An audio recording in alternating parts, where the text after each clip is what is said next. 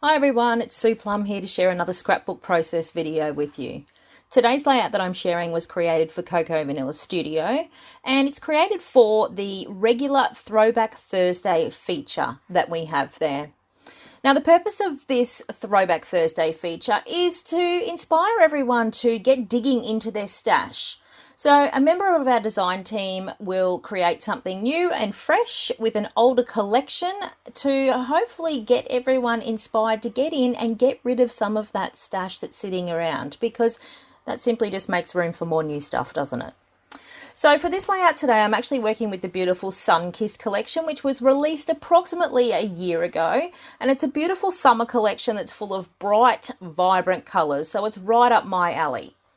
Now, the photos that I'm actually going to be documenting for this layout are photos of my sons that I took one day when we had a colour run at school. They were actually fundraising for a new sports shed at school.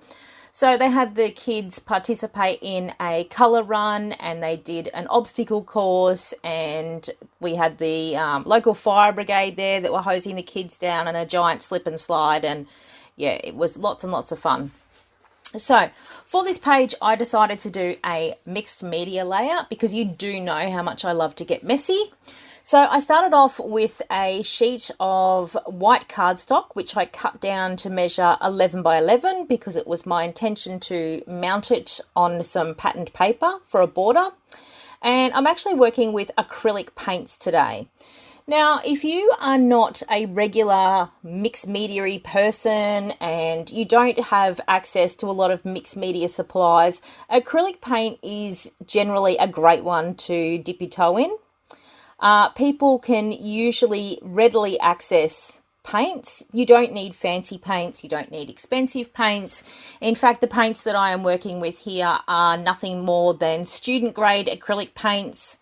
Now, what I love about acrylic paint is it's easy to work with. It comes in a great range of colours.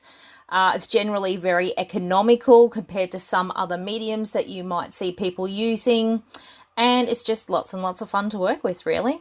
So I used a very, very simple technique, which you can see I've already gone past in my video there, but I'll give you a quick run through. You can see that I use an ice cream container lid. That's my very fancy paint palette that I use for using my brayer. Now, my little rubber brayer, I think that's a Ranger one. You don't have to get a Ranger one. You don't have to use a brayer at all. You could do this with a brush. You could do this with your fingers. You could do it with whatever you like. But I use, for the purposes of this, I just used a brayer. Now, I was using 3 colours here, and I was inspired by the colours that featured very heavily in the paints that were all over my boys' shirts. So there was lots of pink, there was lots of yellow, there was lots of orange. So I decided to use a mix of pink, orange, and then a lighter orange. The 3 brands of paint I used a Montmartre, I use a Kaisercraft, and the other one I can't remember off the top of my head, but it was a very cheap student grade acrylic that I got from a local $2 shop. So as I said, you don't need anything fancy for this. And I just simply rolled some of the paints across the page there. You can see that I've graded the colour down from that pink at the top to the lighter orange at the bottom. I didn't care if these mixed together at all. I didn't wait for anything to dry before I moved on to the next colour. I didn't even wait for it to dry on my very fancy palette before I moved on to rolling the next colour on there either, because I was quite happy for a bit of blending to go on in the background here. So when it came to the paper component of this page, you can see already I have streaked ahead on this layout compared to where I am talking to you about. But you can see that the rainbow that I've got on the background there, that was actually part of a rainbow that I had left on a piece of paper from a previous project. So what I actually did is I wanted to stay focused on those warm tones. So I actually just fussy cut out the pieces that I had there. I had the yellow arc, I actually had a complete arc. The orange one sort of cut off slightly on the right hand side, and that was fine. And the pink one I had actually chopped into the top of it through my previous project.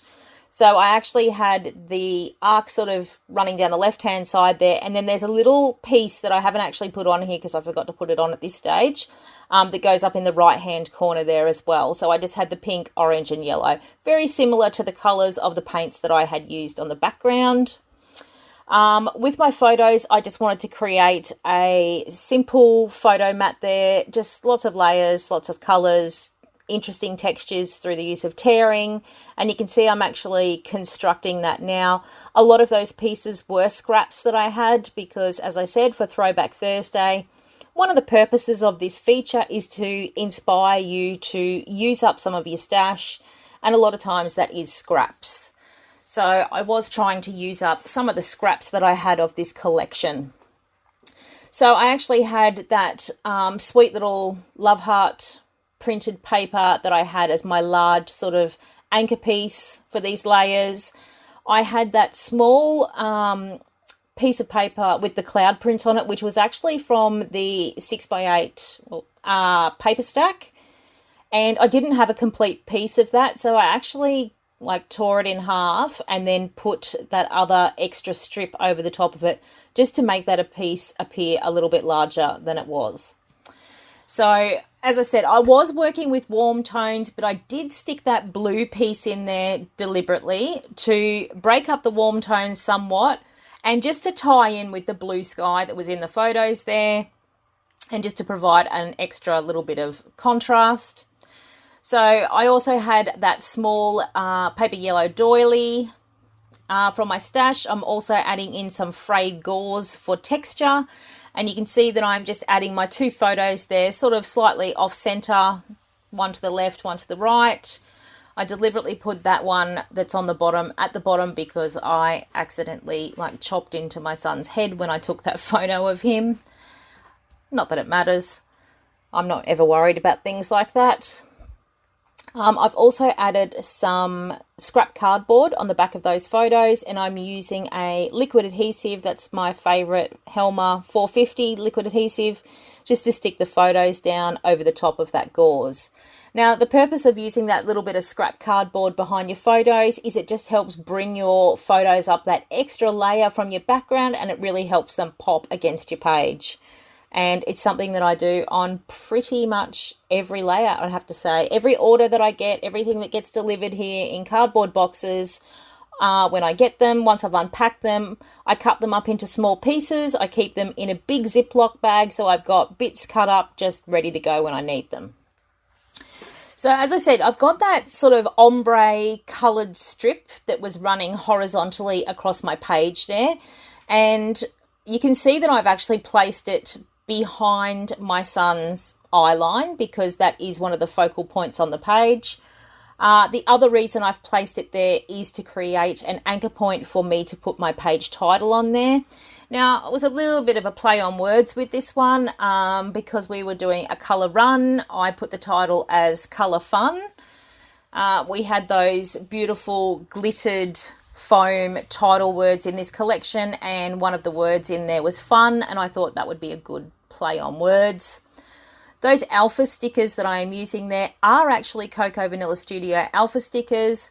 They came out, I think, with the Love Always collection, which was a few years ago, and I recently found that I had some extra ones of those in my stash, so I thought I would use those up. I also like the way that the white lettering pops off against those colours too and just helps draw attention into it. Now you can see that I've put a butterfly on my page there. That butterfly I had die cut using a metal die quite a while ago for a previous project, and I didn't end up using it, so I actually just popped it back in with my Sunkissed collection supplies, and I found that and I thought, well, I may as well use it. You know how much I love butterflies.